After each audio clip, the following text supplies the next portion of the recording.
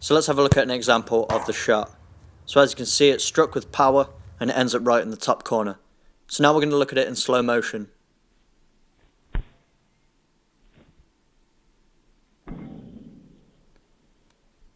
Now let's look at it in super slow motion so we can really see what's going on. So just pay attention to the flight of the ball as I strike it. So as you can see here, it's coming off my foot nice and straight, but that little bit of backspin is going to keep it low at first and then make it rise at the last second into the top corner. So now we've seen the shot, let's talk about body positioning. So the first thing, we need to keep our eyes fixated on that one spot on the ball that we want to be striking, so don't take your eye off it. Our chest should be leaning forward during the run-up. We want a nice quick run-up to add energy and speed behind the shot to increase the power.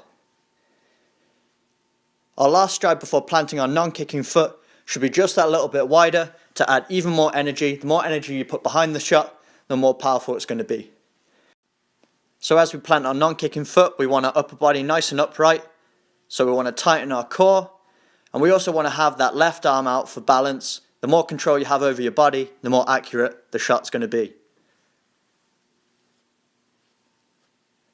So talking about the planting foot, you want to point it directly to where you want the ball to go. So if you drew a line from the end of my big toe, it should go right towards that side of the goal. And there should be minimal distance between your planted foot and the ball. The closer your foot is to the ball, the more accurate your shot will be. So look at my kicking foot now. It's coming down from a very high position, adding as much backswing to the shot as possible, which in effect adds more power. Now look at my foot as I strike the ball.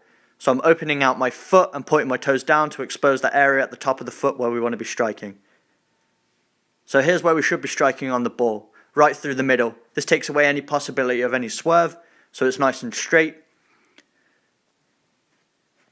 And as we can see here, it's very high up on my foot. So the higher up on your foot you strike with, the denser the bones, the more power you'll hit behind the shot.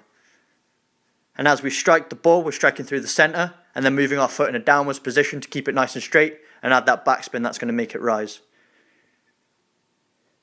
So if we look at my chest as I make contact with the ball, it's now starting to curl over the ball. So we want our chest over the ball to keep it down and stop it from going over the crossbar. Now look at my kicking foot. As I follow through, I'm following through towards my target. If you drew a line from my toes, it will go right into that side of the goal. Now the arm I had out for balance is whipping across my body, simultaneously with my kicking leg moving across the other direction. So as you can see here, my foot's rotating to the other side, working with my arm together to create even more momentum and generate even more power. Now you can see my planted foot is completely off the ground at this point. So your follow through should take you completely off the ground. And finally, you should be landing back on your kicking foot.